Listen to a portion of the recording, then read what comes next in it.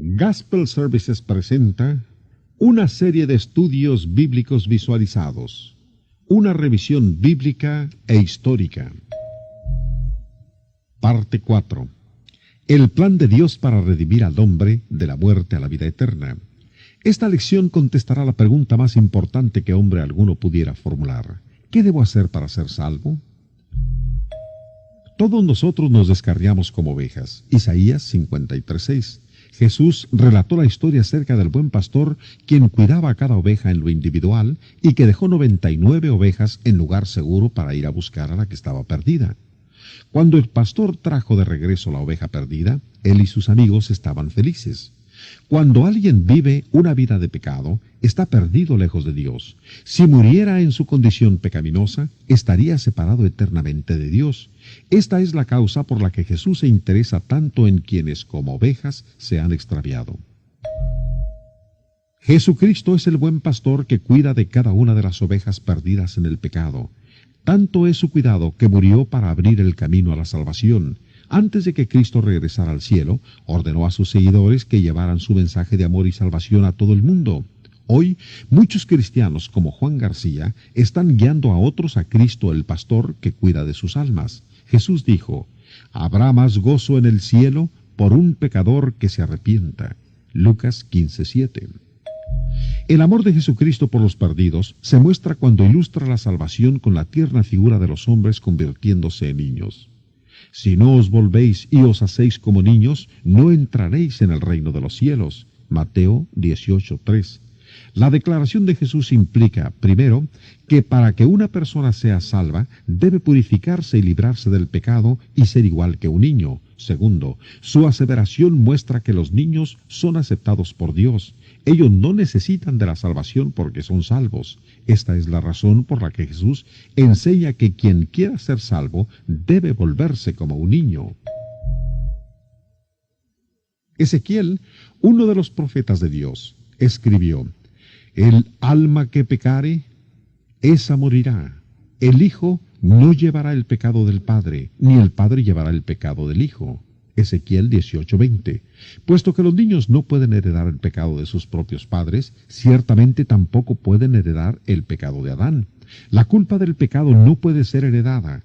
El hombre viene a ser culpable de pecado cuando elige hacer el mal. Los niños no pueden pecar porque ellos no pueden elegir. Los jóvenes y los adultos tienen la capacidad para elegir y cuando eligen, hacen el mal, se convierten en pecadores.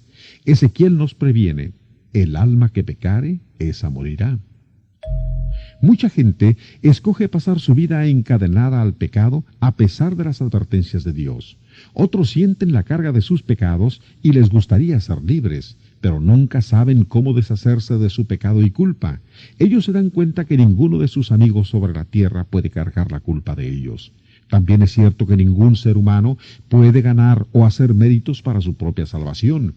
Solamente por un acto divino de la misericordia de Dios puede la persona recibir el perdón de sus pecados. Para ser libertados del pecado, debemos aprender a que la única forma de ser libres es por medio de Jesucristo. El Salvador dijo: «Conoceréis la verdad, y la verdad os hará libres». Juan 8:32. Gracias a Dios porque envió a su Hijo unigénito para pagar el rescate y redimirnos de nuestros pecados. Algunos rechazan este maravilloso amor y desprecian su única esperanza de vida eterna, mientras que otros vacilan en la duda. Pero miles han recibido al Hijo de Dios y su salvación con los brazos abiertos y corazones agradecidos. Las señales y milagros que Jesús hizo con el poder de Dios prueban que Él es el Hijo de Dios y el único Salvador. Jesús hizo el primero de sus milagros en una boda. Ahí transformó simple agua en el mejor de los vinos. Este milagro demostraba su poder sobre el proceso natural. Más tarde, con 5 panecillos y 2 peces, el compasivo Salvador alimentó más de 5,000 personas hambrientas. Solamente el Hijo de Dios pudo haber multiplicado tan pequeña cantidad de alimento en una gigantesca comida. Jesús demostró su poder sobre la ley física de la gravedad caminando sobre la superficie del mar. Cuando se reunió con sus discípulos en la barca, ellos le adoraron diciéndole: «Verdaderamente eres el Hijo de Dios». Mateo 14:33. Cuando Jesús y los discípulos fueron sorprendidos por una furiosa tempestad, los discípulos principiaron a temer por sus vidas, pero Jesús calmó al viento y dijo al mar: «Calla, enmudece». En respuesta a las palabras del Hijo de Dios, repentinamente el mar se volvió callado y quieto. Aún el viento y los mares obedecían su voz. Los milagros de Jesús fueron motivo para que mucha gente lo amara y creyera en él. Esto quedó claramente manifiesto, especialmente en los milagros que demuestran que Jesús se preocupa por la gente que sufre. También estos milagros probaron su poder sobre las enfermedades. En muchas ocasiones, él dio la vista a los ciegos y aún sanó a un hombre que había sido ciego desde su nacimiento. ¿Podría algo menos que el poder de Dios lograr tales milagros? Ciertamente, Jesús compasivo es el Hijo de Dios. A un hombre que había estado completamente paralítico por 38 años, Jesús le dijo: «Levántate, toma tu lecho y vete a tu casa». El hombre se levantó en ese instante completamente sano. Jesús también sanó a mucha gente que sufría graves padecimientos, tales como enmudecimiento, sordera y locura. Siendo el Hijo de Dios, Jesús sanó muchas personas. Sin embargo, Él está más interesado en nuestras almas, puesto que es nuestro Salvador. El poder de Jesucristo iba más allá del sepulcro, penetrando hasta el mundo espiritual. Mucha gente lo vio resucitando muertos. En una ocasión resucitó a un hombre llamado Lázaro. Lázaro había estado muerto y sepultado por 4 días. Con este milagro demostró su poder para conquistar la muerte misma. El hecho de que Jesús tiene poder sobre la muerte no solamente demuestra que Él es el Hijo de Dios, sino que también infunde esperanza y consuelo a todos los que le siguen. Al aproximarse al fin de su ministerio, Jesús predijo su propia muerte y su victoria final sobre el poder de la muerte por medio de su resurrección. Esta iba a ser la gran prueba de su divinidad. Él dijo: «El Hijo del Hombre será entregado a los principales sacerdotes y a los escribas, y le escarnecerán y le matarán, mas al tercer día resucitará». Marcos 10, 33 y 34. Cuando oyeron estas palabras, los discípulos se entristecieron.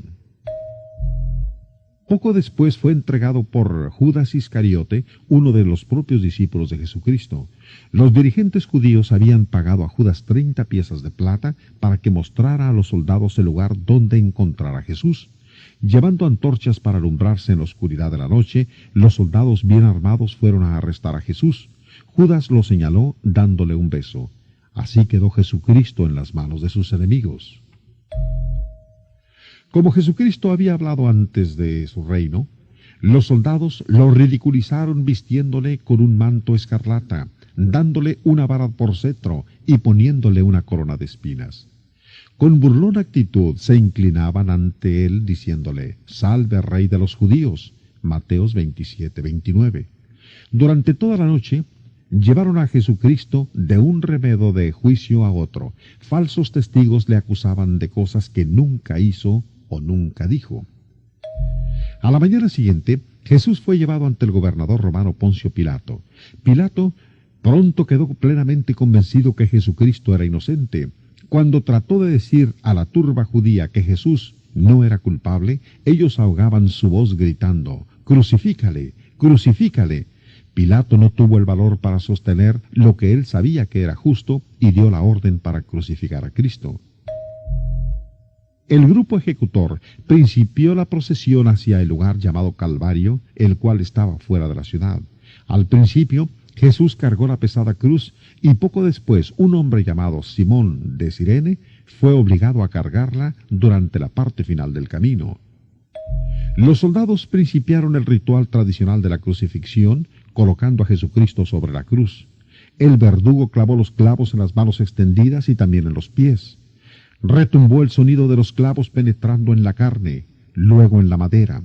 Los músculos se contrajeron a causa de los agudos dolores.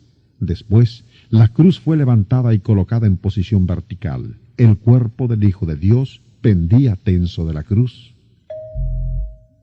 Cuando pensamos en el Hijo Divino de Dios clavado en la cruz, las horribles consecuencias del pecado nos ahogan y nos aterran. El hombre caído nunca podría redimirse a sí mismo de su propio pecado.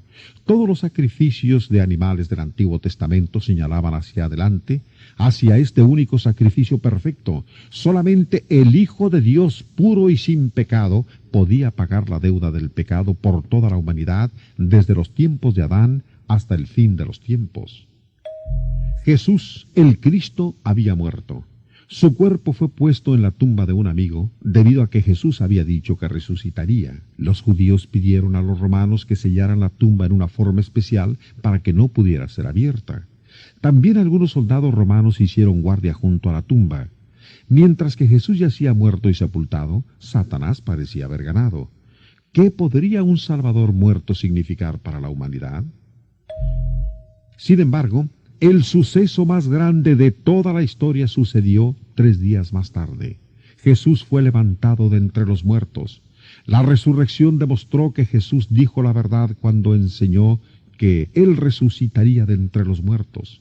Jesucristo terminó con el poder de la muerte y probó para siempre que Él es el Hijo Divino de Dios y Salvador del mundo. Durante 40 días después de su resurrección, para no dejar lugar a dudas, que Él había sido levantado de entre los muertos, se mostró vivo a diferentes personas. Habiendo sido probado que Él es el Hijo de Dios con poder por su resurrección de los muertos, Jesús comisionó a sus seguidores para ir y decir a todo el mundo el plan de Dios para redimir al hombre. Id por todo el mundo y predicad el Evangelio a toda criatura. El que creyere y fuere bautizado será salvo. Marcos 16, 15 y 16. Unos pocos días más tarde, Jesús y sus discípulos estaban en el Monte de los Olivos, cerca de Jerusalén. Él instruyó a los apóstoles para que permanecieran en Jerusalén hasta que recibieran el Espíritu Santo. Después ascendió al cielo. 10 días después de que Cristo había ascendido al cielo, los apóstoles estaban en Jerusalén, lugar al que Jesucristo los había enviado. En el día de Pentecostés, día de fiesta de la religión judía, los apóstoles fueron llenos del Espíritu Santo, tal como Jesucristo había prometido. Esta fue la primera oportunidad para principiar a cumplir su misión, pregonando al mundo el plan de Dios para redimir al hombre. Delante de una gran multitud, Pedro demostró cómo las profecías del Antiguo Testamento que la muerte, resurrección y exaltación de Jesucristo eran parte del gran plan de Dios, y además probaban que Él era el Salvador prometido. Después, Pedro resumió todo para que sus oyentes en una declaración sencilla y definitiva. Sepa, pues, ciertísimamente toda la casa de Israel, que a este Jesús, a quien vosotros crucificasteis, Dios le ha hecho Señor y Cristo. Hechos 2:36. Habiendo mostrado ampliamente con la Biblia que Jesús es el Hijo de Dios, Pedro instó a la gente a que aceptaran esta verdad. Al oír esto, se compungieron de corazón y dijeron a Pedro y a los otros apóstoles: varones, hermanos, ¿qué haremos? Hechos 2:37. Estas gentes creyeron que aquel a quien ellos habían crucificado era realmente el Cristo, sabiendo que eran culpables de un gran pecado y que la fe sola no era suficiente. Interrumpieron el sermón de Pedro para preguntarle lo que ellos debían hacer para ser salvos. Pedro, inspirado por el Espíritu Santo, les dio una respuesta clara. Pedro les dijo: arrepentíos y bautícese cada uno de vosotros en el nombre de Jesucristo para perdón de los pecados, y recibiréis el don del Espíritu Santo. Hechos 2:38. No nos sorprende esta respuesta porque recordamos que Jesucristo había ordenado a sus apóstoles que predicaran: el que creyere y fuere bautizado será salvo. Aproximadamente 3,000 judíos fueron bautizados ese día y recibieron el Espíritu Santo en sus vidas. ¿Qué haremos? Esta es la pregunta hecha por los judíos que creyeron lo que Pedro enseñó acerca de Jesucristo. Esta es la pregunta más importante que persona alguna puede hacer, ya que Jesús murió para la remisión de nuestros pecados. ¿No hay nada que nosotros podamos hacer después de haber creído? La respuesta de Pedro a los judíos muestra que hay algo más que nosotros debemos hacer. Esta misma pregunta ¿qué haremos?, fue hecha y contestada varias veces en el Nuevo Testamento. Todas las respuestas muestran que el hombre debe hacer algo para redimir la gracia salvadora de Dios. Saulo de Tarso, quien más tarde vino a ser el apóstol Pablo, hizo esta misma pregunta. Antes de su conversión, Saulo era fiel devoto de la religión judía en la cual sus padres lo habían criado. Saulo, al igual que todos quienes verdaderamente se convierten a Cristo, a su tiempo encontró que él tenía que cambiar sus creencias religiosas, las cuales estaban en contradicción con la voluntad de Dios. Antes de ser cristiano, era un judío muy apegado a su religión. En su celo por la religión judía, creía sinceramente que el cristianismo estaba equivocado. Principió a perseguir la iglesia, arrestando a los cristianos y arrastrándolos a las prisiones, y hasta llegó a dar su voto para que algunos fuesen muertos por su fe. Los cristianos tenían miedo de Saulo y de los judíos y se reunían en secreto para adorar a Dios. Sabían que cada vez que se reunían, corrían el riesgo de morir. Sin embargo, su amor y fidelidad les ayudó a vencer sus temores y les dio valor. Saulo verdaderamente creía que agradaba a Dios al llevar a los cristianos a la prisión o a la muerte. Desde el principio de su carrera como perseguidor, Saulo respiraba amenazas y muerte contra la iglesia, Hechos 9:1. Cuando un grupo de judíos coléricos y sedientos de sangre apedrearon a Esteban, el primer cristiano que murió por su fe, Saulo era agitador de ellos. Él cuidaba los mantos de los que encabezaban la delirante multitud que arrojaba las piedras con las cuales golpearon e hirieron al indefenso Esteban hasta matarlo. Pero Saulo pronto tendría que dar cuentas delante de Cristo por sus seguidores a quienes él estaba persiguiendo. Esto sucedió cuando Saulo conducía a Damasco a un grupo de hombres en un viaje de 240 kilómetros, con el fin de perseguir y apresar a los cristianos. Repentinamente, una intensa luz brilló del cielo cegando a Saulo. Cuando cayó a tierra, oyó una voz que decía: «Saulo, Saulo, ¿por qué me persigues?». Saulo preguntó: «¿Quién eres, Señor?». La voz respondió: «Yo soy Jesús, a quien tú persigues». Luego Saulo hizo la misma pregunta que fue hecha por los judíos en el día de Pentecostés: «¿Qué quieres que yo haga?». Jesús respondió y dijo: «Levántate y entra en la ciudad, y se te dirá lo que debes hacer». Hechos 9:6. Saulo fue conducido a Damasco y, permaneciendo ciego por 3 días, no comió ni bebió. Él creyó en Cristo y quiso cambiar su vida, pero todavía no había recibido respuesta a su pregunta: ¿qué debo hacer? Los pecados de Saulo todavía no habían sido lavados por la sangre de Jesús, pero pronto recibió la respuesta a su pregunta. Mientras que Saulo estaba orando, el Señor envió a un discípulo llamado Ananías para que, poniendo sus manos sobre Saulo, pudiera recibir la vista. Después, Saulo supo que Ananías había sido enviado por Jesús. Saulo había preguntado a Jesús: ¿qué debo hacer? Jesús dio ahora la respuesta en las palabras de Ananías: ¿por qué te detienes? Levántate y bautízate y lava tus pecados. Hechos 22:16. Esta era otra manera de decir lo mismo que Jesucristo ya había dicho antes a sus apóstoles: el que creyere y fuere bautizado será salvo. Esta respuesta estaba en armonía con la contestación que Pedro dio el día de Pentecostés cuando dijo: arrepentíos y bautícese cada uno de vosotros en el nombre de Jesucristo para perdón de los pecados. ¿Cómo podemos saber que nuestros pecados pueden ser perdonados como lo fueron los de Saulo y los de la gente del día de Pentecostés?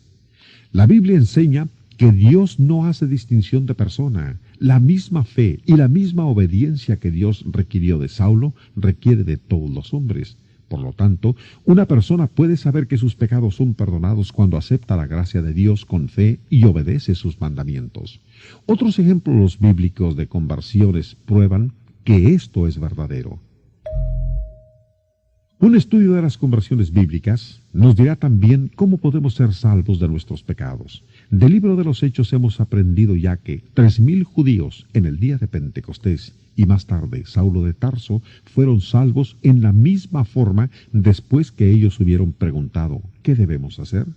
Veremos también que en la conversión del tesorero de la reina de Candace, en la del carcelero de Filipos y el de Lidia de Tiatira, se tuvieron que satisfacer los mismos requisitos antes de recibir la gracia salvadora de Dios. Todos los que se convirtieron al cristianismo en los tiempos apostólicos fueron salvos de la misma manera y todos vinieron a ser miembros de la única iglesia. En Hechos capítulo 8, la Biblia nos dice que Dios envió a Felipe para predicar al tesorero de Candace, reina de los etíopes, el cual viajaba en su carro, enseñándole Felipe a este tesorero acerca de Jesús, llegaron a donde había agua. Creyendo lo que Felipe predicaba, el tesorero dijo: «Aquí hay agua, ¿qué impide que yo sea bautizado?». Habiendo creído que Jesucristo es el Hijo de Dios, el tesorero detuvo el carro y ahí fue bautizado por Felipe en la misma forma que la gente del día de Pentecostés y Saulo de Tarso habían sido bautizados antes. Cuando este hombre creyó en Jesucristo, el que Felipe predicaba quiso ser bautizado inmediatamente. ¿Pero por qué? La conversión del carcelero de Filipos y su familia, registrada en Hechos 16, nos muestra otra vez que cada uno en la misma forma debe ser salvo por la sangre de Cristo. Cuando todavía el carcelero no creía, había atado a Pablo y a Silas en el cepo de la prisión más segura, después de que fueron golpeados con varas en forma inmisericordia por predicar a Cristo. A la medianoche, Pablo y Silas oraban y cantaban al Señor. Repentinamente un terremoto sacudió la cárcel, abriendo las puertas de la prisión, pero ningún prisionero escapó. Viendo esto, el carcelero cayó a los pies de Pablo y Silas, exclamando en forma suplicante: «Señores, ¿qué debo hacer para ser salvo?». Pablo le dijo primero: «Cree en el Señor Jesucristo». Después procedió a enseñarles a él y a su familia lo que debían de creer. Tan pronto como toda la familia fue enseñada, su fe los movió a ser bautizados a esa misma hora de la noche. Otra vez preguntamos: ¿por qué? La conversión de Lidia, registrada también en Hechos 16, es nuestro último ejemplo para demostrar que Dios salva a toda persona de la misma manera que la gente que aprendió la verdad fue bautizada inmediatamente. Lidia era evidentemente una persona muy religiosa. Ella se había reunido con otras mujeres a la orilla del río para orar cuando Pablo vino y les enseñó acerca de Cristo. Lidia y toda la casa creyeron en el mensaje de Pablo y fueron bautizados. Pero, ¿por qué ellas, como las otras personas, fueron bautizadas tan pronto como fue posible? ¿Por qué no esperaron? Para contestar estas preguntas, pongamos juntas tres grandes verdades bíblicas que ya hemos aprendido. Primero, como la oveja puede perderse del rebaño, así también todos los hombres sin Cristo están perdidos. Sin Jesucristo para salvarnos, nuestros pecados nos condenan a la separación eterna de Dios. Por cuanto todos pecaron y están destituidos de la gloria de Dios. Romanos 3:23. Después de la muerte no habrá más oportunidades para ser salvos. Debemos aceptar la salvación proporcionada por Cristo Jesús mientras estemos vivos o estaremos perdidos para siempre. Segundo, sabiendo que el hombre no podía pagar por su propio pecado, Dios, en su amor, envió a su único Hijo para que llevara la culpa de nuestros pecados sobre la cruz. Pensemos en todos los pecados que han sido y serán cometidos puestos juntos en una masa repugnante. El solo pensamiento sacude nuestra imaginación, pero esa es la horrible carga que el Hijo de Dios llevó en la cruz. De hecho, sufrió el infierno que nosotros merecíamos. Siendo separado de Dios por la culpa de los pecados del hombre, clamó en su soledad: Dios mío, ¿por qué me has desamparado? Mateo 27:46. Este sufrimiento era más horrible que la muerte corporal.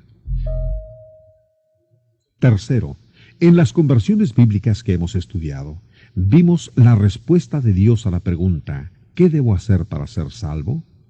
Todas estas personas aceptaron el amor de Dios y fueron limpiadas por la sangre de Jesús en la misma forma.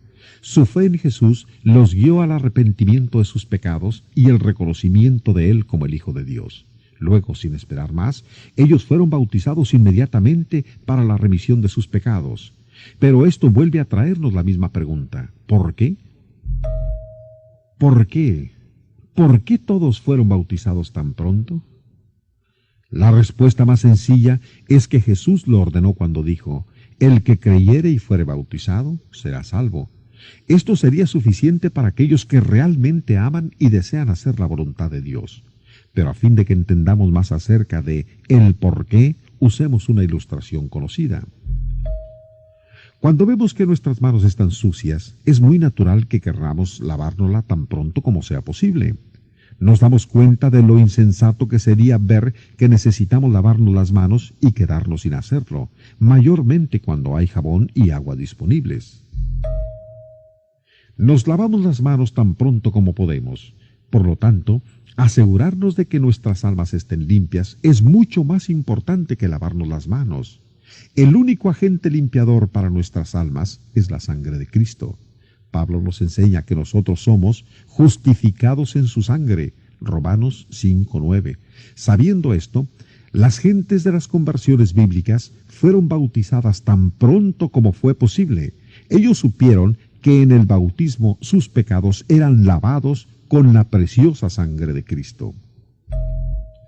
La gente acudía en cientos y algunas veces en millares cuando predicaban los apóstoles. El tema básico de todas las predicaciones apostólicas eran las buenas nuevas en las que se nos comunica que Dios nos ama y que Jesús murió por nuestros pecados.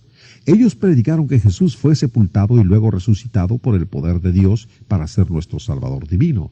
Tan pronto como las gentes oyeron estas verdades, anhelaron con fervor ser limpios por la sangre de Cristo. Los apóstoles escribieron estas verdades básicas, las cuales movieron a muchos para convertirse al cristianismo cuando las oyeron. Cada uno puede leer estas verdades en el Nuevo Testamento. Por ejemplo, Pablo escribió en el libro de los Romanos cómo la muerte, sepultura y resurrección de Jesucristo están conectadas con nuestra salvación. Pablo hizo dos preguntas a los cristianos en Roma. Porque los que hemos muerto al pecado, ¿cómo viviremos aún en él? Y ¿no sabéis que todos los que hemos sido bautizados en Cristo Jesús hemos sido bautizados en su muerte? Romanos 6, 2 y 3. La expresión del versículo 2, muertos al pecado, muestra que cuando ellos se convirtieron al cristianismo, habían decidido no servir más al pecado. El versículo 3 enseña que cuando ellos fueron bautizados en Cristo Jesús, fueron bautizados en su muerte. Realmente nadie murió en la cruz como Jesús lo hizo. Y así como Jesucristo murió en la cruz, así debemos nosotros morir al pecado para que podamos ser salvos por su sangre. Esto significa que nosotros renunciamos a nuestros pecados y nos tornamos a Dios. La Biblia llama a esta acción arrepentimiento. Cuando nosotros morimos al pecado, principiamos a vivir para Dios. Romanos 6:11. Después que murió Jesús, sus amigos envolvieron su cuerpo cuidadosamente en lienzos limpios y lo sepultaron en una tumba nueva. Todos sabemos que cuando alguien muere debe ser sepultado. Así cuando nosotros morimos al pecado, lo único que cabe es que se efectúe una sepultura. ¿Cómo puede ser esto? La Biblia enseña que cuando somos bautizados en Cristo, somos bautizados en su muerte. Los que mueren al pecado deben ser sepultados con Cristo en el bautismo para obtener el perdón de sus pecados. Juan García no es un predicador, pero él sabe que Dios se agrada de cualquier cristiano que ayuda a sus amigos cuando ellos son sepultados en el bautismo. Cuando el esposo y su esposa son bautizados en Cristo, la unidad espiritual en el hogar es una bendición adicional. Porque somos sepultados juntamente con Él para muerte por el bautismo, a fin de que como Cristo resucitó de los muertos por la gloria del Padre, así también nosotros andemos en vida nueva. Romanos 6:4. Nótese que en el bautismo también nosotros somos sepultados en la muerte de Jesús. Solamente por medio de la muerte de Cristo Jesús podemos tener remisión de pecados. Esto es por lo que nosotros podemos ser levantados del bautismo para caminar en una vida nueva. La palabra griega baptizo no significa rociar, sino únicamente sumergir. Entonces, no nos sorprenda que Pablo se refiera al bautismo como una sepultura. Cuando somos bautizados en su muerte, recibimos el perdón de los pecados, lo cual es un beneficio proporcionado por la muerte de Cristo. Puesto que Jesús murió en lugar nuestro, Dios es justo para perdonarnos todos nuestros pecados. Estas verdades vienen a la mente de los demás cuando ven a una persona descendiendo a las aguas como si descendiera a un sepulcro. El bautismo recuerda a las personas la muerte y sepultura del Señor Jesucristo. En el siguiente versículo, el apóstol Pablo continúa con este pensamiento. Porque si fuimos plantados juntamente con Él en la semejanza de su muerte, así también lo seremos en la de su resurrección. Romanos 6:5. Ya hemos aprendido que no podemos morir en la cruz como Jesús o ser sepultados en su tumba, pero podemos ser plantados o sepultados en el bautismo, tal como el cuerpo de Cristo fue plantado o sepultado en la tumba. La inmersión es el único bautismo aprobado por Dios en el cual el creyente es plantado o sepultado bajo el agua. Cuando usted da su consentimiento para ser sepultado con Cristo por el bautismo, eso no significa que está haciendo algo para ganarse su salvación. En lugar de eso, usted está mostrando su completa disponibilidad para obedecer a Jesús. Pero cuando usted cree en Jesucristo y lo obedece siendo bautizado, usted es salvo por los méritos de la muerte de Jesús otorgados por la maravillosa gracia de Dios. 3 días después que Cristo fue sepultado en la tumba, Dios lo levantó de los muertos y le dio una vida nueva. Más tarde Jesús dijo, Yo soy el que vivo y estuve muerto, mas he aquí que vivo por los siglos de los siglos. Amén. Apocalipsis 1:18. Somos resucitados con Él de nuestra sepultura en el bautismo, tal como Jesús fue resucitado de la muerte. Todos nuestros pecados pasados son perdonados. El viejo hombre, nuestra vida pasada, se ha ido y nosotros principiamos una vida nueva en Cristo. Al entrar en esta vida nueva, es a lo que Jesús se refería cuando hablaba de nacer de nuevo. Juan 3:3-7. Puesto que la nueva vida sigue al bautismo, Jesús explicó que nosotros nacemos otra vez del agua y del Espíritu. Sabiendo esto, que nuestro viejo hombre fue crucificado juntamente con él para que el cuerpo del pecado sea destruido, a fin de que no sirvamos más al pecado. Porque el que ha muerto ha sido justificado del pecado. Romanos 6:6-7. La vida vieja de pecado es crucificada o destruida, de modo que ya no seguimos siendo esclavos del pecado. Cuando nacemos de nuevo, somos personas nuevas, con una vida nueva y justa. Cuando entendemos plenamente que somos libertados del pecado por la sangre de Jesús, el bautismo viene a ser el más grande, más feliz y más significativo acontecimiento de nuestra vida. El apóstol Pablo dice, porque todos los que habéis sido bautizados en Cristo, de Cristo estáis revestidos. Gálatas 3:27. Cada creyente bautizado se regocija en el Señor juntamente con su familia y amigos cuando también ellos se visten de Cristo en el bautismo. En muchas ocasiones, un esposo y su esposa son bautizados en Cristo a la misma hora. Este cuadro muestra claramente que usted debe ser bautizado a fin de ser salvo por gracia, por medio de la fe. Una fe fuerte lo llevará a obedecer a Dios. Por su gracia, Dios lo salvará cuando usted obedece su voluntad. Cuando usted obedece a Cristo en el bautismo, por la gracia de Dios, usted está revestido de Cristo. Gálatas 3:27. Cuando usted es bautizado en su muerte, los méritos de su muerte se extienden hasta usted por la gracia de Dios. Romanos 6:3. Usted es sepultado con Cristo en el bautismo y resucitado a una nueva vida, la cual Dios le da. Romanos 6:4. Si en el bautismo usted es plantado juntamente en su muerte, entonces usted será levantado junto a él en la resurrección. Romanos 6:5. Por la causa de Dios, el viejo hombre es crucificado y el cuerpo del pecado es deshecho. Somos bautizados para la remisión de los pecados.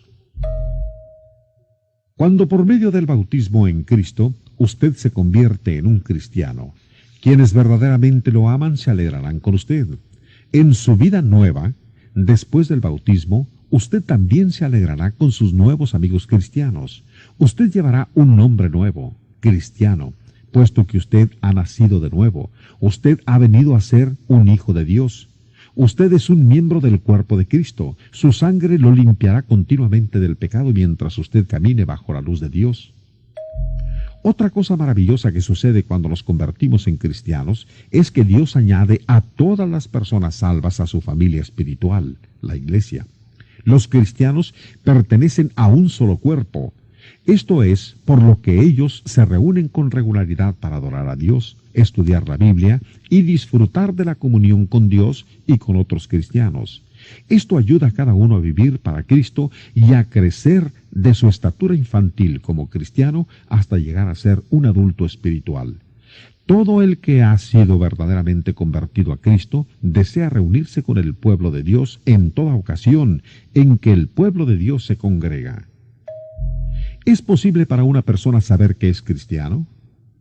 ¿Cómo puede una persona estar realmente segura de que es cristiano y que Dios lo ha añadido a la iglesia? ¿Puede saber qué tan cerca está de la salvación? La respuesta de la Biblia es sí. Usted puede saber que es salvo, pero algunas personas dicen que ellos son salvos aun cuando no han obedecido lo que Jesús dijo que debemos hacer para ser salvos. La única forma en la que uno puede saber con certeza de que es salvo es saber que ha obedecido a Cristo de acuerdo con la Biblia. La Biblia es como un mapa de caminos. Usted puede saber qué tan cerca está de la salvación, en la misma forma que un viajero puede darse cuenta de qué tan lejos se encuentra del punto a donde se dirige. Con un mapa de caminos, el viajero puede saber cuántos kilómetros ha caminado y cuántos más tiene por delante antes de llegar a su destino. Cuando una persona viaja de Nogales a México, Distrito Federal, sabe que en cada parada a lo largo del camino habrá un número menor de kilómetros separándolo de su destino. Si preguntara en Nogales, ¿qué tan lejos está el Distrito Federal?, la contestación sería 2.286 kilómetros. En Guaymas, la respuesta a la misma pregunta sería 1.873 kilómetros para llegar al Distrito Federal. Una respuesta diferente, 1.092 kilómetros, sería cierta en Mazatlán. En Guadalajara, se le diría al viajero solamente 572 kilómetros más para llegar al Distrito Federal. El viajero no se confundirá porque recibe diferentes respuestas a la pregunta, ¿qué tan lejos está el Distrito Federal? Las diferentes respuestas muestran que cada vez se va acercando más a su destino. De la misma manera, cuando usted viaja hacia la salvación, recibirá diferentes respuestas a la pregunta, ¿qué debo hacer para ser salvo? La respuesta a esta pregunta depende siempre de lo cerca que usted esté de la salvación. Usted encontrará la respuesta correcta solamente en el Nuevo Testamento, el cual es el mapa espiritual de Dios que tenemos en nuestros días. Antes de que el Nuevo Testamento fuera dado, un rico joven gobernador preguntó a Jesús, ¿qué haré para heredar la vida eterna? Jesús le dijo que guardara la ley de Dios del Antiguo Testamento. Hasta que murió Jesús, el Antiguo Testamento fue la ley que Dios quiso que el pueblo obedeciera. Pero hoy, si queremos tener la vida eterna, debemos obedecer el Nuevo Testamento de Dios. Se acercaba el final de la vida de Jesús en la tierra. El Nuevo Testamento no había sido aún dado, así que el Antiguo Testamento seguía siendo la ley de Dios para su pueblo. Sobre la cruz, Jesucristo dijo al ladrón que deseaba ser salvo, «Hoy estarás conmigo en el paraíso». Lucas 23:43. Esta respuesta ya no es la que Cristo da en nuestros días. El ladrón vivió y murió bajo la ley del Antiguo Testamento. Esta es la causa por la cual Jesús no dijo al ladrón que debía ser bautizado. El ladrón no podía haber sido sepultado con Cristo en el bautismo antes que Cristo mismo hubiera sido sepultado en la tumba. La respuesta que Jesús tiene hoy para los que están en el estado de perdición se encuentra solamente en el Nuevo Testamento.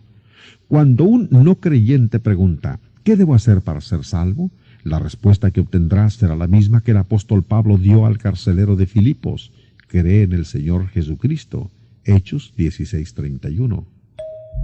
Cuando un no creyente acepta que Jesús es el Hijo de Dios, entra en el estado de fe, pero todavía no es salvo. Mucha gente vive y muere en el estado de fe, pensando que son salvos, pero están equivocados. Cuando ellos leen más cuidadosamente la Biblia, el mapa de los caminos espirituales, se dan cuenta que todavía no han entrado al estado de salvación. El hombre que está en el estado de fe todavía debe preguntar, ¿qué debo hacer para ser salvo? Puesto que el creyente está ahora más cerca de la salvación que cuando no creía, la respuesta será diferente. Los creyentes del día de Pentecostés son un ejemplo de lo que acabamos de decir. En el día de Pentecostés, del cual ya hemos estudiado, varios miles de judíos creyeron a las palabras del sermón en el que el apóstol Pedro mostraba que Jesús es el Hijo de Dios. Aunque ellos creyeron, se daban cuenta que todavía no eran salvos, así que ellos preguntaron, ¿qué haremos? La respuesta de Pedro fue, arrepentíos y bautícese. Esta respuesta es solamente para quienes han entrado en el estado de fe. Cuando alguien se arrepiente, se aparta del pecado y se vuelve a Dios. Por esta razón, entra en el estado de cambio. Es cierto que el arrepentimiento lo lleva a uno más cerca de la salvación, pero la persona que ha creído y se ha arrepentido aún debe preguntar, ¿qué debo hacer para ser salvo? Por ejemplo, el tesorero de Etiopía creyó en Jesús y se volvió a él después de haber oído la predicación de Felipe. Él sabía que todavía había algo más por hacer, así que preguntó a Felipe, ¿qué impide que yo sea bautizado? Felipe respondió, si crees de todo corazón, bien puedes. Esta es otra respuesta a la pregunta, ¿qué debo hacer para ser salvo? Fíjese que cada respuesta bíblica depende de dónde se encuentra la persona que pregunta en relación a la salvación. El tesorero respondió que él creía que Jesucristo es el Hijo de Dios. Haciendo esto, él entró al estado de declaración. En esta etapa del progreso espiritual, el creyente se encuentra dispuesto a confesar en presencia de otras personas. Creo que Jesús es el Hijo de Dios. Romanos 10:10 dice, con la boca se confiesa para salvación. La persona que cree, se arrepiente y confiesa su fe en Cristo, aún no ha entrado al estado de salvación. Hasta este punto todavía no ha sido limpio por la sangre de Cristo. Solamente por los méritos de la muerte de Jesús puede uno ser limpio del pecado. Así que debe hacerse la misma pregunta otra vez. ¿Qué debo hacer para ser salvo? La respuesta para el creyente que se ha arrepentido y ha confesado a Cristo se encuentra en Hechos 22:16. Levántate y bautízate y lava tus pecados. El hombre que sigue el mapa espiritual de Dios por los estados de fe, arrepentimiento, confesión y bautismo, sabe que entra al estado de salvación por la gracia de Dios. Jesús ha prometido, el que creyere y fuere bautizado será salvo. Todos los que están en el estado de salvación están en la iglesia o reino de Dios, porque Dios añade a todos los salvos a su iglesia. La persona salva tiene toda la razón del mundo para alegrarse en gran manera por la gracia, el amor y la misericordia de Dios. Está ahora lista con la ayuda de sus hermanos cristianos y su Padre Celestial para principiar la vida cristiana. La esperanza de la vida eterna viene a ser ahora el ancla de su alma. ¿Dónde está usted espiritualmente? ¿En cuál estado está usted viviendo? Usted ha aprendido de la palabra de Dios que si cree que Jesucristo es el Hijo de Dios, usted está en el estado de fe. Si su fe le ha llevado a apartarse del pecado y acercarse a Dios, usted está en el estado de cambio. Cuando usted confiesa su fe en Cristo, usted está en el estado de declaración. Después, cuando usted es sepultado con Cristo en el bautismo, usted es limpiado con su sangre y entra en el estado de salvación. Lo más importante que usted puede hacer es decir si quiere o no recorrer todo el camino, hasta entrar en el estado de salvación, de acuerdo con la palabra de Dios. El estado en que está usted en este momento determinará dónde estará por toda la eternidad. Jesús dijo, no todo el que me dice, Señor, Señor, entrará en el reino de los cielos, sino el que hace la voluntad de mi Padre que está en los cielos. Mateo 7:21. Dios quiere que usted sea salvo. Dios ha enviado a su Hijo para salvarlo a usted. Él le ha dado promesas para animarlo. Cristo Jesús está esperando que usted le dé su vida por completo. Pero la elección, la decisión final es suya.